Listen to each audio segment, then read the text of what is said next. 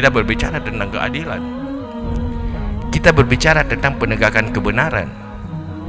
Itu tidak akan terjadi pada bangsa yang rusak akhlaknya, bangsa yang tamak materialistis, tidak berakhlak, yang berfondasikan iman.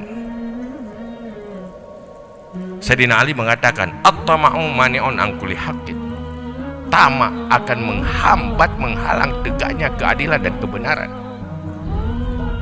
Sikap idealis akan hancur oleh ketamakan. Komitmen hilang, dihancurkan oleh nilai tamak.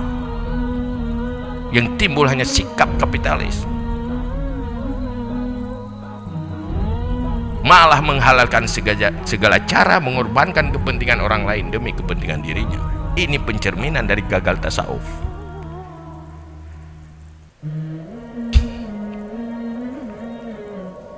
Sehingga hilang kekuatan yang ada di tangan umat menjadi kekuatan bagi kebaikan-kebaikan, karena semua kekuatan berada pada tangan-tangan yang gagal akhlak. Gagal akhlak itulah gagal tasawuf. Gagal tasawuf itulah gagal akhlak.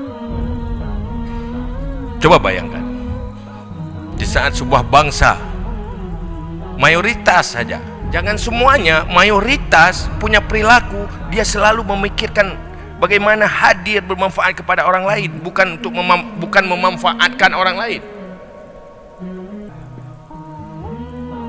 Bayangkan bagaimana suasana sebuah bangsa, bagaimana kekompakannya,